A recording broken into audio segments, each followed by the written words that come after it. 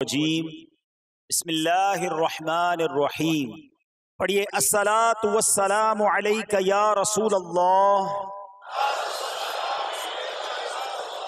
وعلی آلک واصحابک یا حبیب اللہ الصلاۃ والسلام علیک یا نبی اللہ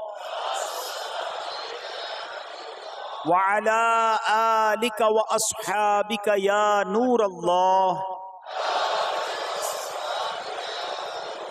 فرمان آخری نبی رسول ہاشمی صلی اللہ تعالی علیہ وسلم جسے کوئی اہم حاجت درپیش ہو وہ مجھ پر کثرت سے درود شریف پڑھے، کیونکہ درود پاک دکھ، درد اور مصیبتوں کو دور کرتا اور رزق میں اضافہ کرتا ہے۔ تو جب بھی کوئی مشکل آئے، پریشانی آئے، تکلیف آئے، ٹینشن آ جائے تو اس کا بار بار اظہار کرنے سے ٹینشن دور نہیں ہو جاتا۔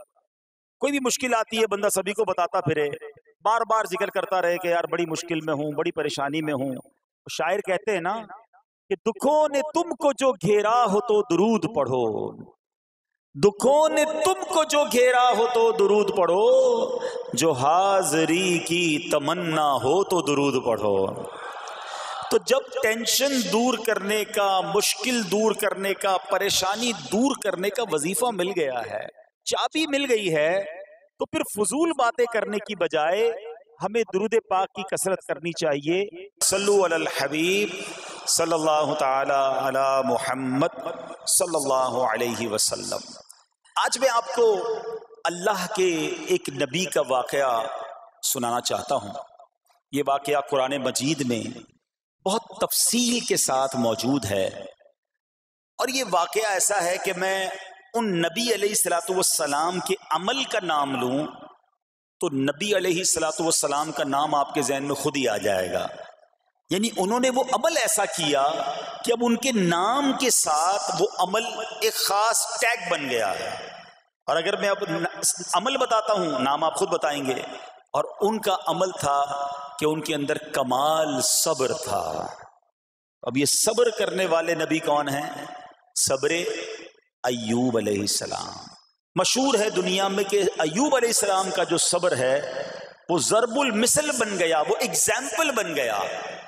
صبر تو بہت سارے لوگوں نے دنیا میں کیا، مصیبتیں تو بہت سارے اللہ والوں پر آئیں، مگر حضرت ایوب علیہ الصلوۃ والسلام کو اس قدر کمال کا صبر جو ان کا تھا وہ کیا واقعہ ہے۔ تو آج مشکلیں ہیں، پریشانیاں ہیں، ٹینشن ہیں، لوگ جب پریشان ہوتے ہیں تو صبر کا دامن تھامنے کی بجائے نارملی بے صبری، شکوے اور شکایات کی طرف جاتے ہیں۔ تو زندگی میں جب بھی کوئی معاملہ ہے نا، ہمیں اللہ کے کلام کی طرف رجوع کرنا چاہیے، اللہ والوں کی سیرت کی طرف رجوع کرنا چاہیے، اور رب کریم کے جو منتخب ترین بندے ہیں، دنیا کے افضل ترین جو افراد ہیں، وہ انبیاء کرام علیہ الصلوۃ والسلام ہیں۔ تو ہمیں جب بھی کوئی پرابلم آئے، جب بھی کوئی مسئلہ درپیش ہو، پہلے دیکھیں اللہ والوں نے اس موقع پر کیا کیا تھا، قرآن کیا کہتا ہے، حدیث کیا کہتی ہے، تو پھر زندگی میں چیزیں آسان ہو جاتی ہیں۔ تو حضرت ایوب علیہ الصلوۃ والسلام کی سیرت کے بارے میں جانتے ہیں کہ آپ حضرت اسحاق علیہ الصلوۃ والسلام کی اولاد میں سے ہیں، اور ان کی والدہ حضرت لوط علیہ الصلوۃ والسلام کے خاندان سے ہیں۔ اللہ تعالیٰ نے آپ کو ہر طرح کی نعمت سے نوازا تھا۔ آپ حسن و صورت والے بھی تھے، یعنی آپ کو اللہ پاک نے بہت خوبصورت بھی بنایا تھا، اور اللہ کریم نے مال بھی بہت دیا، اولاد میں بھی کثرت دی، یعنی ویل آف لائف تھی، خوبصورتی بھی ہے، مال بھی ہے، اولاد بھی ہے۔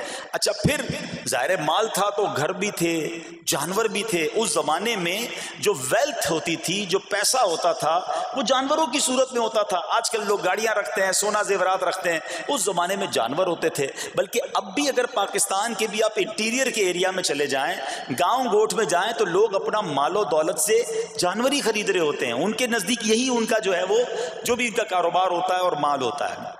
اب آپ پر امتحان آیا، آزمائش آئی، اور وہ آزمائش کیسے آئی کہ پہلے آپ کا مکان گرا، اور خاندان کے جتنے افراد تھے اور آپ کے بیٹے تھے، جتنے بھی آپ کے بیٹے تھے نا، وہ سب اس مکان کے تلے دب کر انتقال کر گئے۔ اللہ اکبر۔ آپ کو آ کر خبر دی جاتی گئی کہ حضور آپ کا مکان گر گیا ہے، آپ کے بچے دب گئے اور دب کر ان کا انتقال ہو گیا ہے۔ آپ فرماتے تھے میرا کیا ہے، جس کا تھا اس نے لے لیا، جب تک اس نے مجھے دے رکھا تھا وہ میرے پاس تھا، جب اس نے چاہا اس نے واپس لے لیا، اسی نے دیا تھا نا۔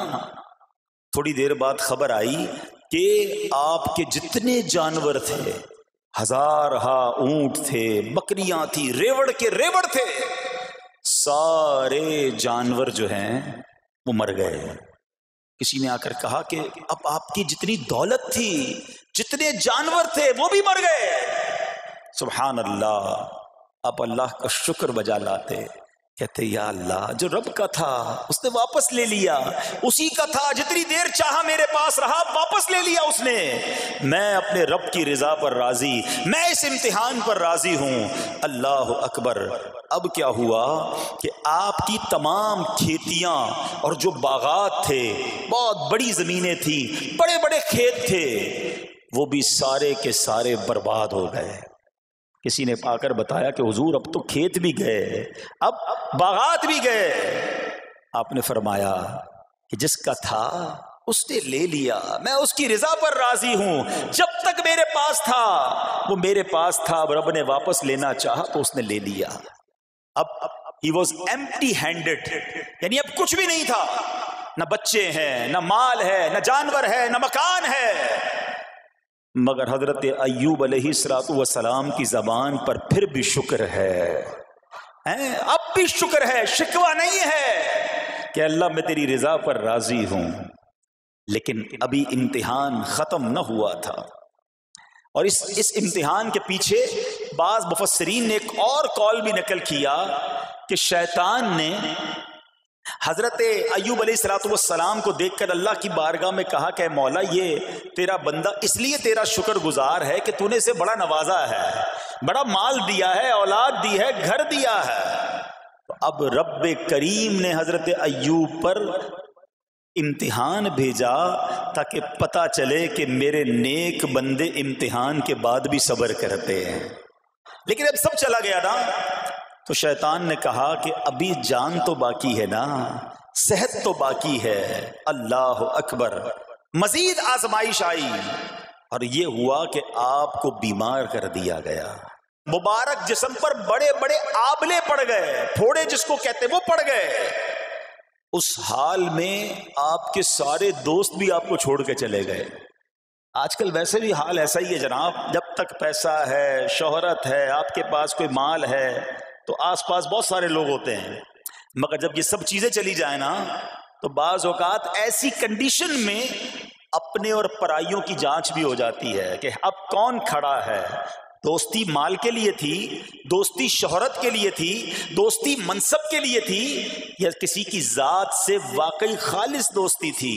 اب کیا ہوا، آپ کے سارے رشتہ دار، سارے دوست بھی دور چلے گئے، سوائے آپ کی فرما بردار زوجہ تھی جن کا نام تھا رحمت بن افراہیم، اور یہ حضرت یوسف علیہ السلام کی پوتی بھی تھی، اللہ کے نبی کی آل سے تھی، وہ آپ کی خدمت کرتی رہیں۔ اب جسم پر پھوڑے ہیں، آبلے ہیں، ایک بیوی ہے، نہ پیسہ ہے، نہ مال ہے، نہ بچے ہیں، واٹ ایور جو تھا سب ختم، مگر زبان ہے کہ اس پر پھر بھی اللہ کا ذکر جاری ہے، پھر بھی شکر جاری ہے، پھر بھی صبر ہے۔ بات کرنا آسان ہے جناب، مشکل آئے اور صبر کرے بندہ، اصل امتحان یہ ہے۔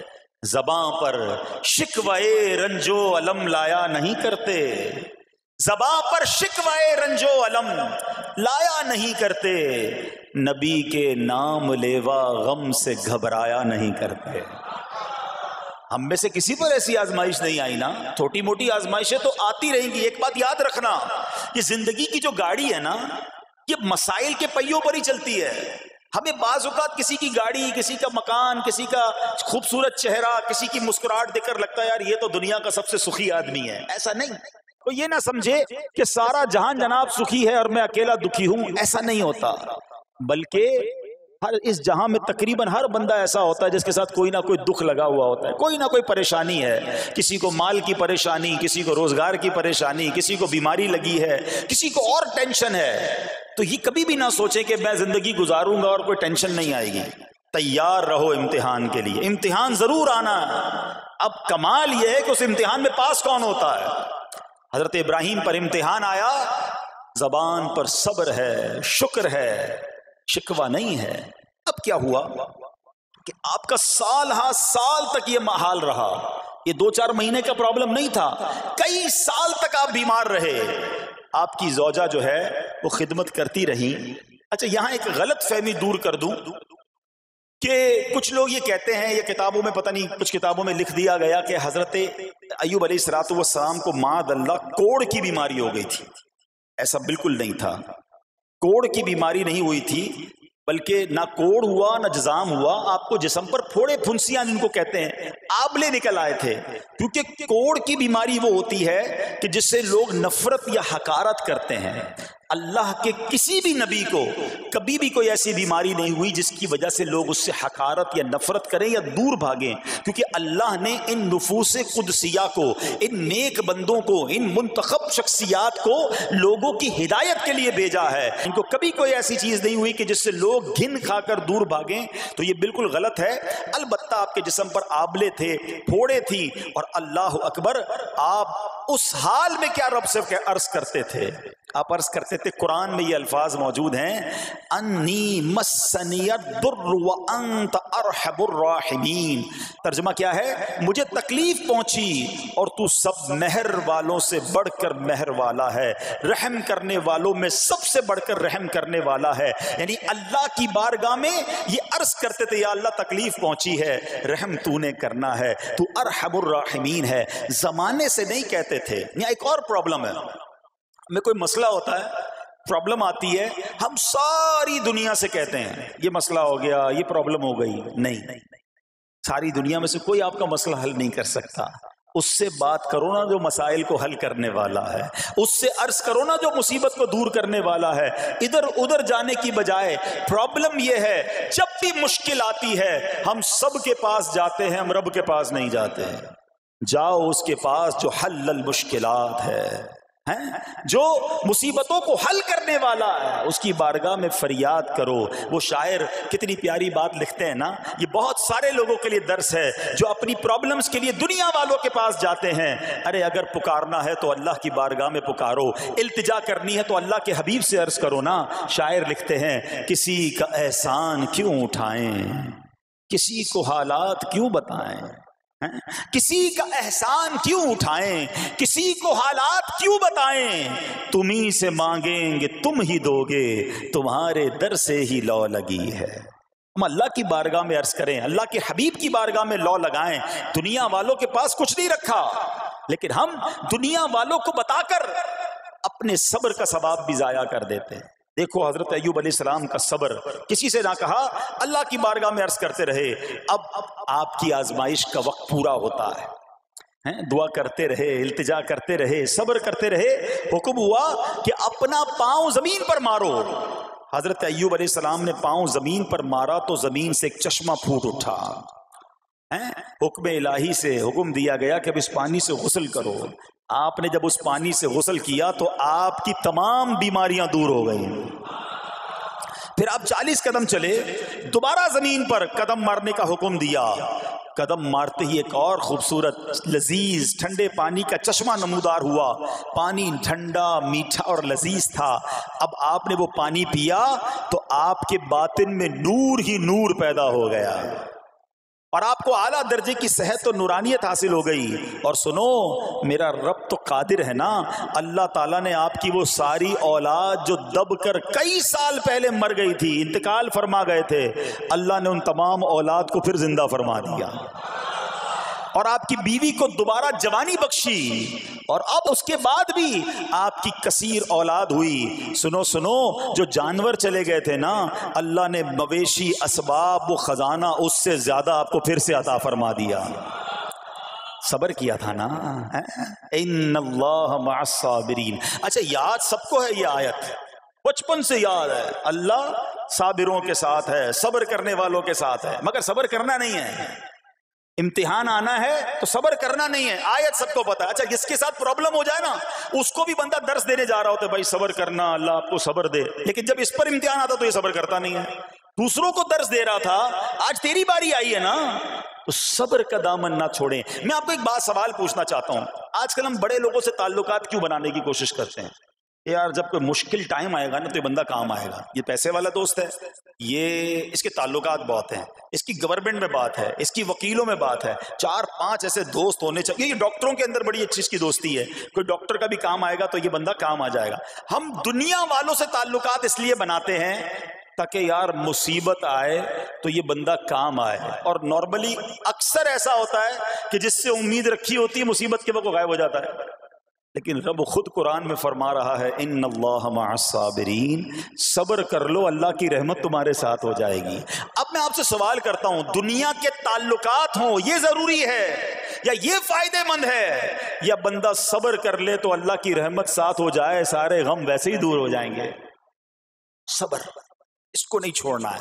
تو حضرت ایوب علیہ السلام کی زندگی میں ایک اور واقعہ یہ ہوا کہ جب آپ بیمار تھے، آپ کو پتہ جب بندہ بیمار ہوتا ہے تو بعض اوقات اس کی طبیعت میں کیفیات بھی ہوتی ہیں، تو آپ نے اپنی زوجہ کو پکارا، تو آپ کی زوجہ کچھ دیر میں حاضر ہوئی، تو آپ نے جلال میں آ کر اس کو 100 درے، اپنی زوجہ کو 100 کوڑے مارنے کی قسم کھا لی۔ اب جب صحت آ گئی تو قسم تو آپ نے کھائی ہوئی تھی، تو اب کیا کرتے؟ اس بیوی نے تو خدمت بھی بہت کی تھی، اب اسے کوئی خاص کیفیت تھی، آپ نے قسم اٹھا لی تھی۔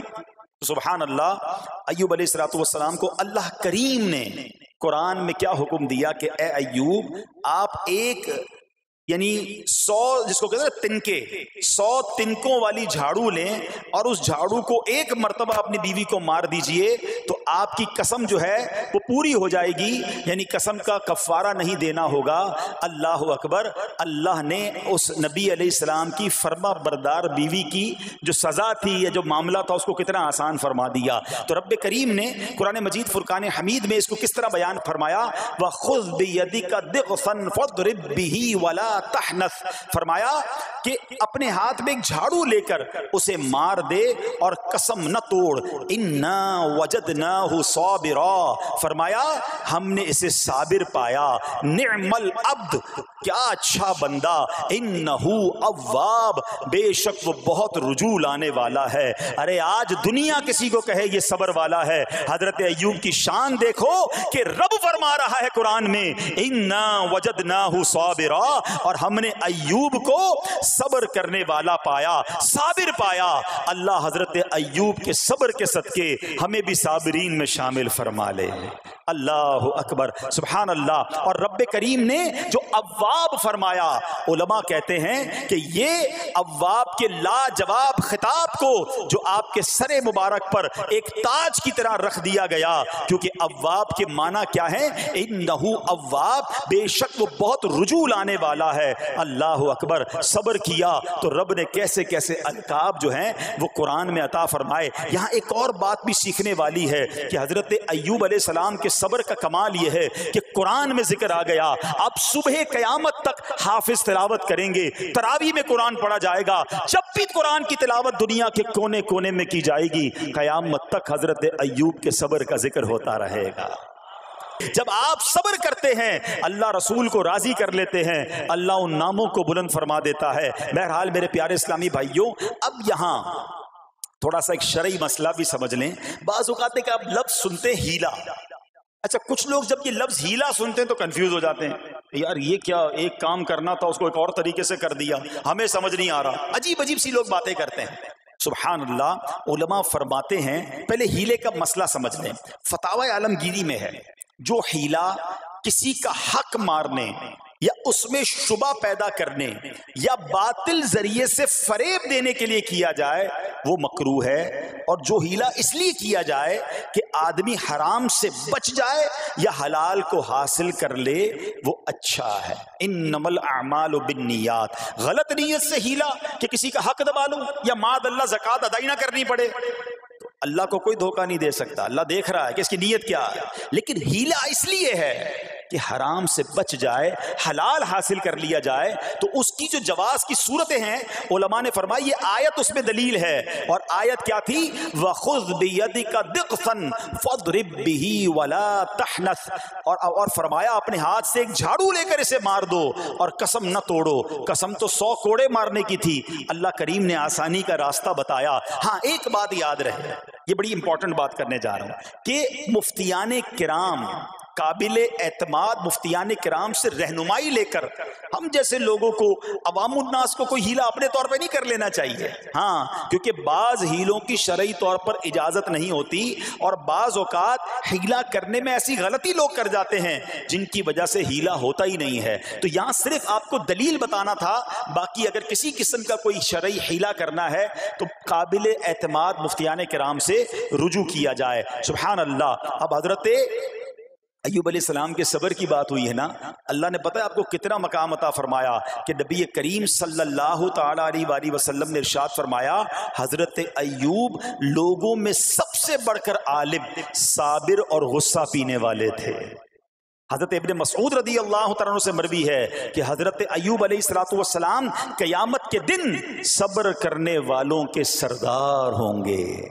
ہاں صبر کرنے والوں کے بھی سردار ہوں گے۔ اچھا بعض اوقات ہوتا کیا ہے، اچانک کوئی پرابلم آ گئی، کہیں آگ لگ گئی، گاڑی میں نقصان ہو گیا، پیسے چوری ہو گئے، موبائل چوری ہو گیا، کوئی چیز میں نقصان ہو گیا، کاروبار میں نقصان ہو گیا، صحت خراب ہوئی، بندہ کہتا ہے یار یہ میرے ساتھ کیوں ہوا ہے، میں نے ایسا کیا کیا ہے۔ بعض اوقات زبان سے شکوے، شکایت، حالانکہ قرآن مجید فرقان حمید نے تو پہلے ہی ہمیں بتا دیا ہے۔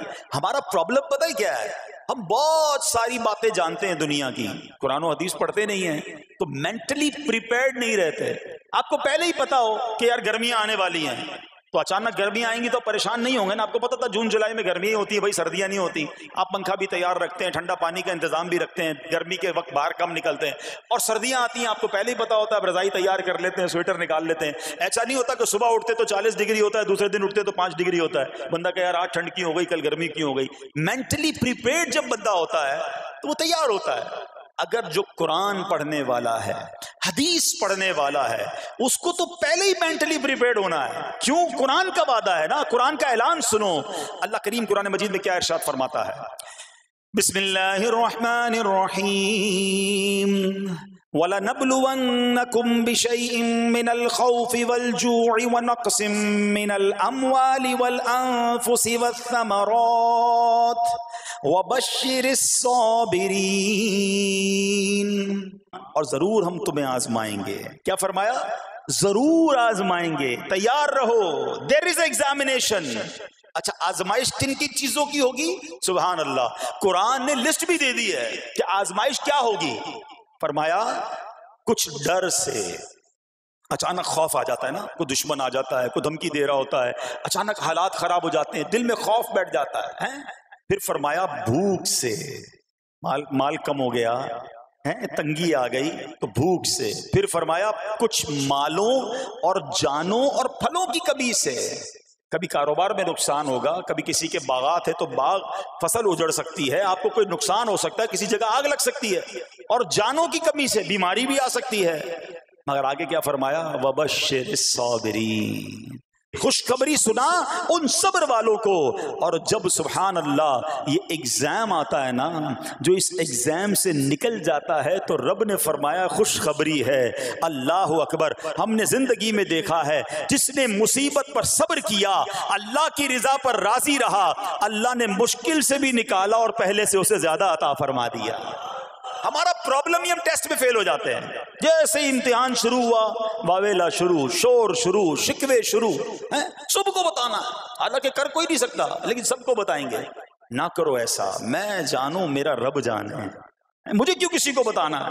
ہاں وہ کریم ہے، وہ دیکھ رہا ہے کہ کہ میرا بندہ صبر کر رہا ہے. سبحان اللہ. حضرت سیدنا امام ابو جعفر محمد بن جریر طبری تفسیر طبری میں اس آیت مبارک کے تحت فرماتے ہیں یعنی ہم تمہیں دشمن کے خوف، قحط سالی، شدید بھوک و فقر و فاقہ، فصلوں کی کمی، مقاصد کے حصول میں مشکلات، کفار سے جنگ کے دوران افرادی قوت میں کمی اور اہل و عیال کی موت وغیرہ کے ذریعے آزمائیں گے، اور یہ سب چیزیں بطور امتحان ہوں گی تاکہ تمہارے سچے جھوٹوں سے اور اہل بصیرت منافقوں سے جدا ہو جائیں. یعنی اس ٹیسٹ میں پتہ چل جائے گا کون اللہ والا ہے، کون صبر والا ہے، کون اللہ کی رضا پر راضی رہنے والا ہے. سنو سنو، جب یہ تکلیف آتی ہے نا تو اس کا پھر اجر کتنا ملتا ہے. شہنشاہ نبوت مخزن جود و سخاوت صلی اللہ تعالی علیہ وسلم نے ارشاد فرمایا جو دنیا میں ہی اپنی ہر خواہش کی تکمیل کر لے تو یہ چیز آخرت میں اس کے اور اس کی خواہش کے درمیان آڑ اور پردہ بن جائے گی،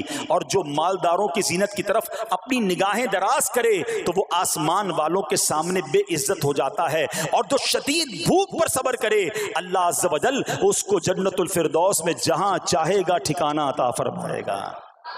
ہاں، ہر چیز پوری ہو جائے، جو چاہیے وہ مل جائے، یہ نہیں ہونا چاہیے. کچھ نہ کچھ آزمائشیں آئیں گی، اور اگر سب ادھر مل گیا تو ادھر پھر کیا ملے گا.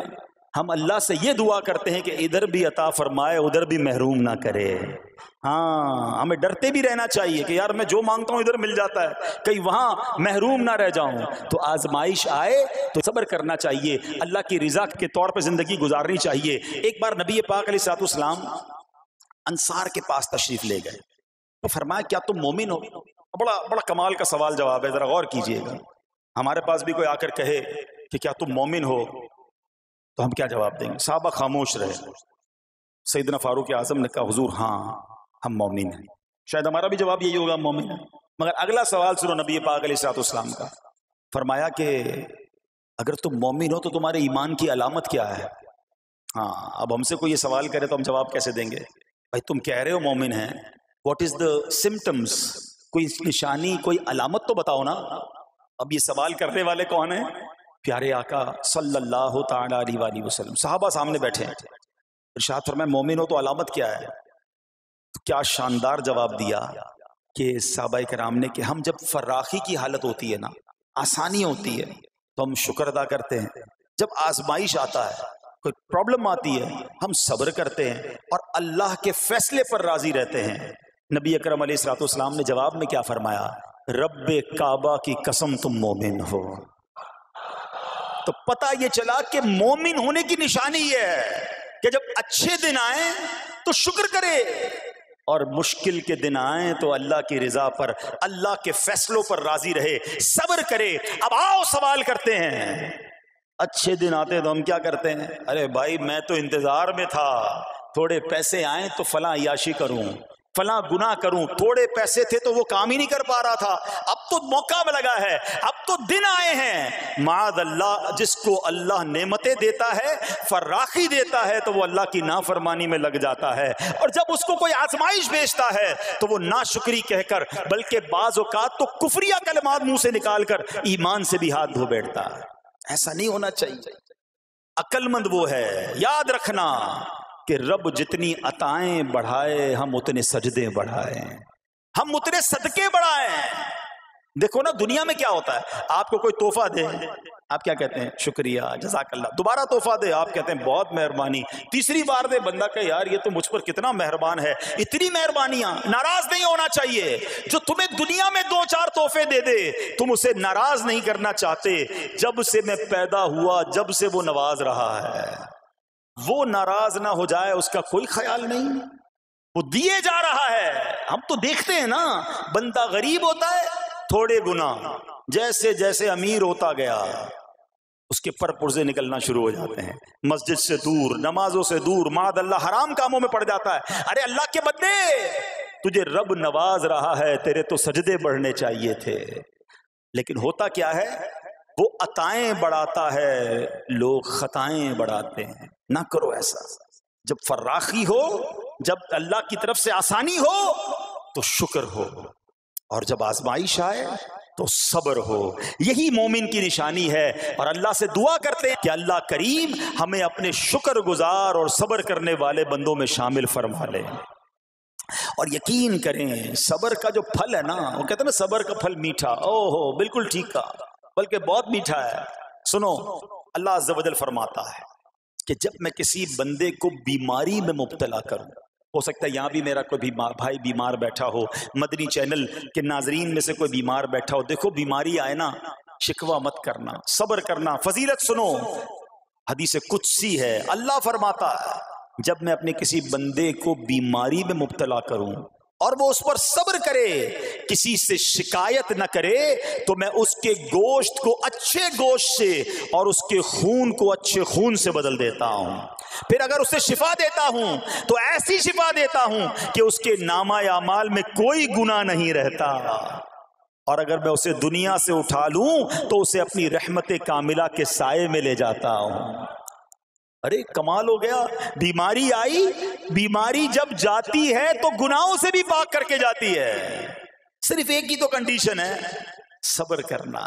بیماری آئی صبر کرنا، ہاں کسی سے بات نہ کریں، شکوہ نہ کریں، اللہ کی بارگاہ میں عرض کریں مولا تیری مہربانی، ہاتھ میں درد ہے باقی جسم تو سلامت ہے، اے اللہ آنکھ میں درد ہے باقی جسم تو سلامت ہے، اے اللہ گردوں میں پرابلم ہے میرا باقی جسم تو سلامت ہے، یہ بھی تیری مہربانی ہے۔ اللہ کرے کہ ہم شکر گزار بندے بن جائیں، کیونکہ یہ بیماری تو ہمارے گناہ معاف کروانے آئی تھی، مگر افسوس یہ ہے کہ جو گناہ معاف کروانے والا کام ہمارے ساتھ ہوا اس میں بھی ہم نے اللہ کو ناراض کر دیا اور شکوے شکایات کی۔ سنو سنو، اس نے اخلاق کے پیکر نبیوں کے تاجور صلی اللہ تعالی علیہ وسلم نے ارشاد فرمایا، ابھی تو صرف بیماری کی بات ہوئی نا، اب آؤ اگر کسی کو کاروبار میں نقصان ہو گیا، کسی کے پیسے کم ہو گئے، کسی کی جان و مال کا کوئی نقصان ہوا، کوئی آگ وغیرہ لگ گئی، سنو اللہ کے حبیب علیہ الصلوۃ والسلام فرماتے ہیں کہ اللہ ارشاد فرماتا ہے، پھر حدیث قدسی ہے کہ جب میں اپنے کسی بندے کے بدن یا اس کے مال یا اس کی اولاد کی طرف کوئی سختی بھیجوں،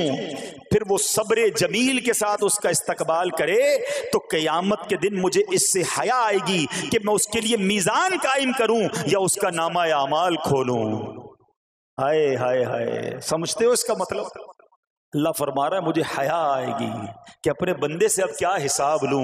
جب آزمائش بھیجی تھی تو اس نے صبر کیا تھا، اس نے شکوہ نہیں کیا تھا۔ خدا کی قسم میں آپ سے پوچھتا ہوں، میرا کوئی نقصان ہو جائے اور قیامت کے دن میرا نامہ اعمال نہ کھولا جائے، مجھے اللہ کی بارگاہ میں حساب نہ دینا پڑے، مجھے بتاؤ یہ دنیا کے حساب نقصان کی کیا حیثیت ہے اگر ادھر بخشا جائے۔ سنو تو صحیح، رب فرما رہا ہے کہ مجھے حیا آتی ہے کہ اس کے لیے میزان قائم کروں یا اس کا نامہ اعمال کھولوں۔ ارے یہ ساری دنیا کی دولت، یہ ساری دنیا کی آسائش ایک طرف، اگر قیامت کے دن حساب کتاب میں آسانی مل جائے، اللہ بلا حساب جنت میں داخل کر دے، اس سے بڑھ کر کوئی نعمت نہیں۔ مگر آج افسوس یہ ہوتا ہے کہ اگر کسی پر امتحان آتا ہے، وہ اس امتحان میں فیل ہو جاتا ہے۔ اس حدیث میں ایک لفظ استعمال ہوا صبر جمیل کے ساتھ۔ اب یہ بھی بڑا مسئلہ ہے کہ لوگوں کو یہی نہیں پتا کہ صبر جمیل ہے کیا۔ لوگ کہتے تو بہت ہیں، اللہ پاک آپ کو صبر جمیل عطا فرمائے، اب اس سے پوچھو بھائی صبر جمیل کی تعریف کیا ہے، تو پھر تعریف نہیں پتا ہوتی۔ یہ کسی جمیل بھائی کا صبر نہیں ہے کہ جس کو صبر جمیل کہا جاتا ہے۔ صبر جمیل کی تعریف سمجھو۔ علماء کہتے ہیں کسی مصیبت زدہ اور غیر مصیبت زدہ کو برابر میں دیکھو، مگر دونوں میں کوئی فرق نظر رہا ہے، یعنی چہرہ بھی نہ بتائے کہ وہ کسی مشکل میں ہے، اس کی عادتیں بھی نہ بتائیں کہ وہ کسی پرابلم میں ہے، یعنی اس کو دیکھ کر پتہ ہی نہ چلے کہ وہ بڑی مشکل میں ہے۔ فرمایا یہ ہے صبر جمیل۔ مگر آج ہمارا حال یہ ہے، ہمارا چہرہ بتا دیتا ہے بھائی خیر تو ہے، بڑی ٹینشن میں ہو، ہاں یار کیا کروں بس موبائل ٹوٹ گیا، ارے بھائی بڑی چہرے پہ بڑی ہوائیاں اڑ رہی ہیں، بس کیا کروں جناب آج 5,000 روپے کھو گئے۔ 5,000 روپے کھو جائیں، چھوٹا سا نقصان ہو جائے، ہمارا چہرہ بتا دیتا ہے کہ ہمارے ساتھ کوئی معاملہ ہوا ہے۔ صبر جمیل یہ ہے کہ دیکھ کر کوئی پہچان ہی نہ سکے کہ یہ بندہ کتنی مشکل میں ہے، چاہے اندر کتنی تکلیف میں ہو، دنیا والوں کو نہ بتائے کیونکہ وہ رب کا بندہ ہے، وہ اللہ کی بارگاہ میں فریاد کرے۔ یہ صبر جمیل ہے اور اللہ اسے ہم سب کو نصیب فرمائے۔ ہاں یہ بڑی کمال کی بات ہے۔ ہم کیا کرتے ہیں، سارے جہان کو بتاتے ہیں، اچھا پھر آخر میں لوگ کہتے بھی ہیں، جب پورے محلے کو بتا دیا نا، پھر اس کے بعد کہتے ہیں بس کیا کریں بھائی صبر ہی کر رہے ہیں۔ اب آپ صبر نہیں کر رہے حضرت، ہاں آپ کا صبر چلا گیا، آپ نے ساری دنیا کو تو بتا دیا۔ صبر یہ ہے کہ صبر پہلے صدمے پر ہوتا ہے، جیسے ہی آپ کو کوئی صدمہ لگا نا، اب آپ آپ جانے رب جانے، نہ بتائیں کسی کو، ٹھیک ہے؟ وہ الگ بات ہے آپ کسی کو دعا کے لیے کہہ دیں، لیکن بڑا نقصان ہو گیا، بڑی مشکل ہو گئی، بڑی پریشانی ہو گئی، اس سے حل تو کوئی نہیں ہونا۔ اچھا ہمارا ماجرا ایک اور بھی بڑا عجیب ہے، مشکل ہو جائے تو سب کو بتاتے ہیں، آسانی ہو جائے تو پھر کسی کو نہیں بتاتے ہیں۔ 5,000 کا نقصان سارے محلے کو پتا ہے، 50,000 کا فائدہ ہوا پھر کسی کو بتایا آپ نے؟ نہیں یار بتاؤں گا تو نظر لگ جائے گی، گھر والوں کو تو بالکل بھی نہیں بتاؤں گا، خرچہ بڑھا دیں گے۔ گھر والوں کو ساری ٹینشن کی خبریں جا کے دے رہے ہوتے ہیں، مارکیٹ میں بڑا نقصان ہو گیا، آج بڑا مندہ ہے، ارے بھائی کاروبار بالکل نہیں ہے، تاکہ گھر والوں کا خرچہ روک سکے، اور جیسے ہی کاروبار اچھا ہو گیا گھر جاتے پھر بھی وہی والا منہ بنا لیتے ہیں تاکہ ان کو پتہ نہ چلے میں بڑے پیسے کمانے لگا ہوں۔ یہ نہ کیا کریں۔ ہاں ٹینشن آپ کسی کو بتا کر اپنا صرف ثواب ضائع کرتے ہیں، باقی کچھ نہیں ہوتا، کرنا رب نے ہے۔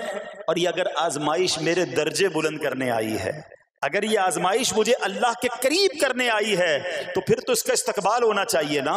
ہاں ہمارے بزرگان دین تو آزمائشوں کا استقبال کیا کرتے تھے۔ اور سنو، یہاں ہو سکتا ہے کہ میرا کوئی نابینا بھائی بیٹھا ہو، بعض اوقات ایسا بھی ہوتا ہے کہ اچانک کسی کی بینائی چلی جاتی ہے، آنکھیں ٹھیک ہوتی ہیں اور اچانک ایکسیڈنٹ ہوا یا کوئی واقعہ ہوا ہے، بہت بڑی آزمائش۔ اللہ اس آزمائش سے ہمیں محفوظ رکھے۔ مگر دیکھو میرے رب کی شان دیکھو، جب بھی کوئی تکلیف آتی ہے نا، بندہ صبر کرے، اس تکلیف کا اجر تیار ہے، اس کا کمال سے اس کی رحمت تیار ہے، رحمت کی برسات تیار ہے۔ سنو، اللہ فرماتا ہے کہ اے جبرائیل، جب میں اپنی کسی بندے کی بینائی لے لوں تو اس کا اجر یہ ہے کہ میں اسے اپنے دیدار سے مشرف فرماؤں گا۔ ہاں آنکھیں گئی ہیں مگر اللہ فرماتا ہے میں اپنا دیدار کرواؤں گا، بس صرف صبر کرنا ہے۔ اسی طرح میرے پیارے اسلامی بھائیوں، بعض لوگوں کے یہاں بچے کا انتقال ہو جاتا ہے، چھوٹے چھوٹے بچوں کا انتقال ہو جاتا ہے، یا بعض اوقات پیدائشی بچہ مرا ہوا ہوتا ہے پیدا، اس کا انتقال ہو جاتا ہے، یا بعض اوقات ولادت سے پہلے ہی بچہ ضائع ہو جاتا ہے، بہت شور، بڑا واویلا، بڑا رونا پیٹنا گھروں میں ہوتا ہے۔ مت کیا کرو ایسا، یقین کریں یہ بہت بڑا انعام تمہیں ملنے جا رہا ہے۔ ایسا نہ ہو یہ رونا پیٹنا، یہ بے صبری، یہ اللہ کی بارگاہ میں شکوے شکایات، اتنے بڑے تم اجر سے محروم رہ جاؤ۔ سنو، اللہ کے آخری نبی صلی اللہ تعالی علیہ وسلم نے فرمایا، جس مسلمان جوڑے کے 3 بچے انتقال کر جائیں، اللہ عز و جل ان بچوں پر فضل و رحمت کرتے ہوئے ان دونوں یعنی ماں باپ کو جنت میں داخل فرمائے گا۔ صحابہ کرام نے عرض کی کسی کے 2 بچے، فرمایا 2 بچے بھی، پھر عرض کی اور 1، فرمایا 1 بھی، پھر فرمایا اس ذات کی قسم جس کے قبضہ قدرت میں میری جان ہے، جس عورت کا کچا بچہ فوت ہو جائے یعنی حمل ضائع ہو جائے اور وہ اس پر صبر کرے تو وہ بچہ اپنی ماں کو اپنی ناف کے ذریعے کھینچتا ہوا جنت میں لے جائے گا۔ یہ تو جنت کا ٹکٹ تھا، مگر شکوے شکایات، الامان والافیز، گھر میں موت میت کو نقصان ہو جائے، ہماری عورتیں، ہمارے گھر کے افراد وہ واویلا کرتے ہیں۔ معاذ اللہ، بعض اوقات تو کفریہ کلمات زبان پر ہوتے ہیں، معاذ اللہ ثم معاذ اللہ، کہتے کہ اللہ کو ہمارا ہی گھر ملا تھا، اتنے چھوٹے بچے کا کیا قصور تھا، استغفر اللہ۔ یہ تمہارے جملے، ایک تو گھر میں مصیبت پہلے ہی آئی ہوئی ہے اور تم اللہ پر اعتراض کر کے معاذ اللہ، اللہ کو ظالم کہہ کے اپنا ایمان بھی ضائع کر بیٹھے، یہ تو اس سے بڑی مصیبت ہو گئی نا۔ تو نہ کریں ایسا، سیکھو۔ آج میں نے آپ کے سامنے حضرت ایوب علیہ السلام کی سیرت اور قرآنی واقعہ بیان کیا کہ سب کچھ چلا گیا مگر وہ اللہ کی رضا پر راضی تھے، رب نے انہیں صبر کرنے والا بندہ بھی فرمایا اور ساری نعمتیں پہلے سے زیادہ عطا فرما دی۔ ہاں بالکل نوازا جائے گا، صبر کا دامن اگر نہ چھوڑیں۔ سنو ہمارے اسلاف کیسے صبر کرتے تھے۔ حضرت سیدنا فتح موصلی رحمت اللہ تعالی علیہ کی زوجہ محترمہ رضی اللہ تعالی عنہا کا پاؤں پھسل گیا اور ان کا ناخن ٹوٹ گیا، وہ مسکرانے لگی۔ اللہ اکبر، کبھی کبھی ہمارا بھی ناخن ٹوٹا ہوگا، بہت تکلیف ہوتی ہے، ناخن ٹوٹے تو جان نکل جاتی ہے، مگر آپ مسکرانے لگی۔ کسی نے پوچھا کہ آپ کو ناخن ٹوٹنے کا درد نہیں ہوا، آپ مسکرا رہی ہیں؟ تو فرماتی ہیں کہ اس درد پر جو ثواب ملے گا نا، مجھے درد پر صبر کروں گی اور جو مجھے اس پر ثواب ملے گا تو اس ثواب کے تصور نے میرے درد کی تلخی کو دور کر دیا۔ ہائے ہائے ہائے، یہ ہیں اللہ والے، ہاں صبر کرنا کوئی ان سے سیکھے. میرے پیارے اسلامی بھائیوں، احادیث میں روایتوں میں یہ مضمون ملتا ہے کہ اللہ کریم کی بارگاہ میں بندے کا کوئی درجہ رکھا ہوتا ہے، یعنی اللہ کی رضا یہ کہ بندہ اس سٹیج تک پہنچ جائے، اس درجے تک پہنچے، مگر وہ نماز کے ذریعے، روزوں کے ذریعے، عبادتوں کے ذریعے اس درجے تک نہیں پہنچتا. پھر اللہ اس پر آزمائش بھیجتا ہے کہ میرا بندہ صبر کر لے تاکہ صبر کر کے اس درجے کو حاصل کر لے. ہائے ہائے، یعنی مجھ پر کوئی آزمائش آئی تھی میرے درجے بڑھانے، مگر ہائے میری بے صبری کہ میں نے وہ درجہ پانے کا موقع ضائع کر دیا، میں نے وہ ثواب پانے کا موقع ضائع کر دیا. خدا را یاد رکھنا، اگر کسی آزمائش سے گزر رہے ہو تب بھی، اور اگر آئندہ کوئی آزمائش آئے، صبر کا دامن نہ چھوڑنا. یہ تصور کر لینا کہ یہ میرے گناہ معاف کرنے کا ذریعہ بن رہا ہے، یہ میرے درجے بڑھانے کا ذریعہ بن رہا ہے. اور سنو، جب مصیبت آئے تو پڑھنا کیا ہے؟ رسول اللہ صلی اللہ تعالی علیہ وآلہ وسلم نے فرمایا، جو مصیبت کے وقت انا للہ و انا الیہ راجعون کہتا ہے تو اللہ عز و جل اس کی پریشانی دور فرما دیتا ہے اور اس کے کام کا انجام اچھا فرماتا ہے، اور اسے ایسا بدل عطا فرماتا ہے جس پر وہ راضی ہو جاتا ہے. تو یہ پڑھ لیں، لیکن شکوہ نہ کریں. دنیا والوں کو بتانے کی حاجت نہیں. اچھا، وہ جو میں بات کر رہا تھا کہ تکلیف سب کو بتانی ہے اور راحت کے بارے میں کسی کو کوئی شکر کرتا ہوا نظر نہیں آتا. ایک بار ایک شخص کے سر پر جو ہے نا وہ تکلیف ہوئی نا، سر میں درد ہو گیا، اس نے پٹی باندھی اور گھومنے لگا.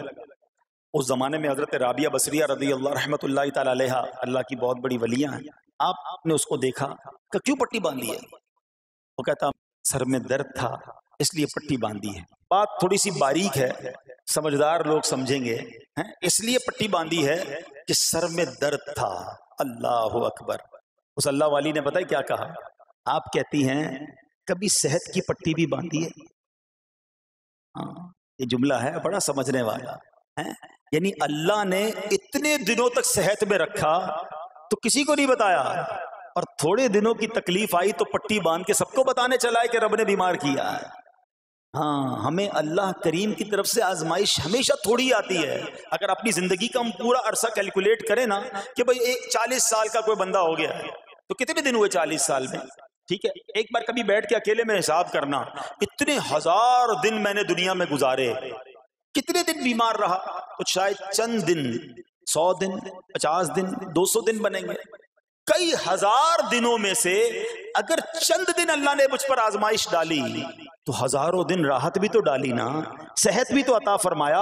اتنے دن جس رب نے چھاؤں میں کھڑا کیا، اگر تھوڑی دیر کے لیے دھوپ آئی ہے تو مجھے شکوہ نہیں کرنے چاہیے. یاد رکھنا، ہر رات کے بعد صبح ہے، ہر دھوپ کے بعد چھاؤں ہے. اگر تم انتظار کرو گے تو رب ایسی رحمت تم پر نازل کرے گا، اپنے غیب کے خزانوں سے عطا فرمائے گا. قرآن میں رب نے وعدہ کیا ہے وَمَن يَتَوَكَّلْ عَلَى اللَّهِ فَهُوَ حَسْبُهُ، جو اللہ پر بھروسہ کرے اللہ اس کے لیے کافی ہے. مگر ہمارا پرابلم یہ ہے کہ جب مشکل آتی ہے ہم یہ ساری باتیں بھول کر بس شکوہ، شکایات اور پریشانی میں چلے جاتے ہیں. ارے آپ اس مصیبت کو اللہ کی طرف سے نعمت سمجھ لو، اللہ کی طرف سے یہ سمجھ لو کہ میرے گناہ معاف کروانے، میرے درجات بلند کرنے کے لیے آیا ہے. اچھا، اب ایک اور بات، بعض اوقات شیطان ہے نا، وہ کسی کے دماغ میں وسوسہ ڈالتا ہے کہ یار جب میں نمازیں نہیں پڑھتا تھا نا تب تو اتنا پریشان نہیں رہتا تھا، جب سے نمازیں شروع کی، دعوت اسلامی کے اجتماع میں آنے لگا، مدنی قافلوں میں سفر شروع کر دیا،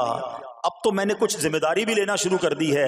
ارے میں نے جب سے امامہ پہنا ہے، یہ داڑھی رکھ لی ہے، میری کوئی اسلامی بہن سن رہی ہے کہ بے پردہ گھومتی تھی تو کوئی اتنا ٹینشن نہیں تھا، اب میں نے جناب پردہ کرنا شروع کیا ہے، قرآن پڑھنا شروع کیا ہے تو ٹینشنیں شروع ہو گئی ہیں. اب شیطان بعض لوگوں کے ذہنوں میں یہ وسوسہ ڈالتا ہے کہ میں تو دین کے قریب ہو رہا ہوں، اللہ کے قریب ہو رہا ہوں، اور مجھ پر آزمائشیں کیوں آ رہی ہیں؟ سنو سبحان اللہ، اللہ کے حبیب علیہ الصلوۃ والسلام کی کیا شان ہے. اعلیٰ حضرت ایسے ہی نہیں کہتے کہ میں نثار تیرے کلام پر ملی یوں تو کس کو زبان نہیں، وہ سخن ہے جس میں سخن نہ ہو، وہ بیان ہے جس کا بیان نہیں. میرے آقا نے کم و بیش 1450 سال پہلے یہ مسئلہ سالو کر دیا. حضرت سیدنا سعد بن ابو وقاص رضی اللہ تعالیٰ عنہ فرماتے ہیں کہ میں نے عرض کی یا رسول اللہ صلی اللہ تعالیٰ علیہ وسلم، سب سے زیادہ مصیبتیں کن لوگوں پر؟ گلی مکا دی نا، پنجابی بچ کہتے ہیں نا گالی بات ہی ختم کر دی. حضور یہ بتائیں سب سے زیادہ مصیبتیں کن لوگوں پر آئیں؟ پیارے آقا نے فرمایا انبیاء پر. اللہ اکبر. اللہ کے سب سے قریب تو انبیاء ہیں نا. انبیاء پر، پھر ان لوگوں کے بعد جو لوگ بہتر ہیں، پھر ان کے بعد جو بہتر ہیں. سنو اب اگلا جملہ، بندے کو اپنی دینداری کے اعتبار سے مصیبت میں مبتلا کیا جاتا ہے. اگر وہ دین میں سخت ہوتا ہے اس کی آزمائش بھی سخت ہوتی ہے، اگر وہ دین میں کمزور ہوتا ہے تو اللہ عز و جل اس کی دینداری کے مطابق اسے آزماتا ہے. بندہ مصیبت میں مبتلا ہوتا رہتا ہے یہاں تک کہ اس کے دنیا میں ہی اس کے سارے گناہ بخش دیے جاتے ہیں. گویا اللہ کی یہ رحمت ہے کہ بندہ بڑا نیک ہو رہا ہے، رب چاہتا ہے کہ اس بندے پر آزمائش بھیجوں، میرا نیک بندہ صبر کرے، اس کے گناہ معاف ہو جائیں اور میرے پاس آئے تو اس کو جنت میں داخل کر دوں. اللہ اکبر. اے پیارے اسلامی بھائیو یاد رکھنا، اب جو میں نے ایک سوال قائم کیا تھا نا کہ یار میں تو دین کے قریب، میں تو اللہ کے قریب ہونے کی کوشش کر رہا ہوں اور ایک کے بعد ایک آزمائش آ رہی ہے، یہ کیا ہے؟ اب ایک اور حدیث سن لو. سبحان اللہ. حضرت سیدنا انس رضی اللہ تعالیٰ عنہ سے روایت ہے، سرکار والا تبار، ہم بے قصوں کے مددگار، شفیع روز شمار، دو عالم کے مالک و مختار صلی اللہ تعالی علیہ وآلہ وسلم نے فرمایا جب اللہ عز و جل کسی بندے سے محبت فرماتا ہے، سننا ذرا غور سے، اللہ عز و جل جب اپنے کسی بندے سے محبت فرماتا ہے یا اسے اپنا دوست بنانے کا ارادہ فرماتا ہے تو اس پر آزمائشوں کی بارش فرما دیتا ہے. اب سوال ہے نا کہ میں اللہ دوست بھی بنا رہا ہے، اللہ کریم اس پر محبت بھی فرما رہا ہے اور آزمائشیں بھی بھیج رہا ہے. دوست پر آزمائشیں کون بھیجتا ہے؟ دوست کو تو راحتیں ڈالی جاتی ہیں. ہائے ہائے، اب یہی تو امتحان ہے، یہی تو چیک ہے. سنو، نبی پاک فرماتے ہیں جب اللہ اس پر آزمائش بھیجتا ہے نا، وہ بندہ اپنے رب کو پکارتا ہے، اے میرے رب عز و جل. تو اللہ فرماتا ہے میرے بندے تو جو کچھ مجھ سے مانگے گا میں تجھے عطا فرماؤں گا، تو جلد ہی تجھے دے دوں گا اور اسے تیری آخرت کے لیے ذخیرہ کر دوں گا. سبحان اللہ. یعنی اللہ والوں کو آزمایا جاتا ہے، ان کے درجات بلند کیے جاتے ہیں، ان کے گناہ معاف کیے جاتے ہیں. تو اے میرے پیارے اسلامی بھائیوں، کبھی بھی یہ ذہن میں خیال مت لانا کہ یار میں دین میں قریب آ رہا ہوں، میری آزمائشیں بڑھ رہی ہیں. سمجھ لو امتحان شروع ہو گیا ہے، ٹیسٹ شروع ہو گیا ہے. اب اس ٹیسٹ میں مجھے کامیاب ہونا ہے اور اللہ کے مزید قریب جانا ہے. زندگی میں جو گناہ ہو گئے ہیں یہ میرے گناہوں کا انشاءاللہ کفارہ بن جائے گا، میرے درجات کی بلندی کا سبب بن جائے گا. اللہ سے عرض کرنا، اے مولا میں تیری رضا پر راضی، میں تیرے فیصلوں پر راضی، اب تک جو دیا تھا تو نے دیا تھا، یہ سب کچھ تیرا ہے. اے رب جب تو واپس لے گا میں اس پر راضی. جب یہ ثابت قدمی نصیب ہو گئی پھر دیکھو غیب کے خزانوں سے کیسا آپ کے دل پر سکینہ اترے گا، پھر کیسا آپ پر رحمتوں کا نزول ہوگا. تو اے میرے پیارے اسلامی بھائیوں، مصیبتیں آ چکی اور آنے بھی والی ہیں، پہلے ذہنی طور پر تیار رہنا مگر صبر کرنا. یہ چند دنوں کی، چند گھنٹوں کی، چند لمحوں کی مصیبت ہے مگر یہ تمہارے درجات کو بلند کر دے گی. رب کریم صبر کرنے والوں کو پسند فرماتا ہے. اور جو میں نے بات کہی تھی کہ صبر بھی کریں اور جب اللہ کریم کی طرف سے راحتیں آ جائیں تو شکر بھی کریں. کیا شاندار رب کا قرآن میں فرمان ہے. اللہ فرماتا ہے وَإِذْ تَأَذَّنَ رَبُّكُمْ لَئِن شَكَرْتُمْ لَأَزِيدَنَّكُمْ وَلَئِن كَفَرْتُمْ إِنَّ عَذَابِي لَشَدِيدٌ. اللہ قرآن میں فرماتا ہے اور یاد کرو جب تمہارے رب نے اعلان فرما دیا کہ اگر تم میرا شکر ادا کرو گے میں تمہیں اور زیادہ عطا کروں گا. ہاں شکر کرو رب اور دے گا، مگر اگلا حصہ سمجھنے والا ہے. اور اگر تم ناشکری کرو گے تو میرا عذاب سخت ہے. اللہ نے اپنے عذاب سے بھی ڈرایا ہے اور شکر کرنے کا درس بھی دیا ہے. تو بہرحال میرے پیارے اسلامی بھائیوں، اللہ کریم سے میں دعا کرتا ہوں کہ اپنے نیک بندوں کے صدقے، کربلا والوں کے صبر کے صدقے، نبی پاک علیہ الصلوۃ والسلام کے طائف کے میدان میں پتھر کھا کر دعا دینے والے صبر کے صدقے، رب کریم ہمیں بھی صبر کی نعمت نصیب فرمائے. صرف زبانی نہیں، قلبی طور پر ہمیں صبر کرنے والوں میں شامل فرما لے. اگر ہم پر کوئی آزمائش ہے تو رب کریم یہ آزمائش ہمارے گناہوں کا کفارہ بنا دے، ہمارے درجات کی بلندی کا سبب بنا دے. دعوت اسلامی کے مدنی ماحول سے اگر ہم وابستہ رہیں گے نا تو ہمیں انشاءاللہ صبر کرنے کا پریکٹیکل جو ہے وہ موقع بھی ملتا رہے گا. کیونکہ صبر کیسے کرنا ہے اس کی کوئی پریکٹس بھی تو ہونی چاہیے نا.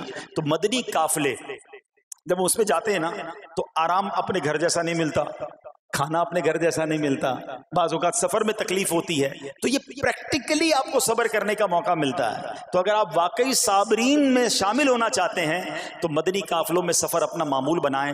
اللہ کریم ہم سب کو مدنی قافلوں میں سفر کی توفیق عطا فرمائے۔ میرے اعمال کی اصلاح کرم سے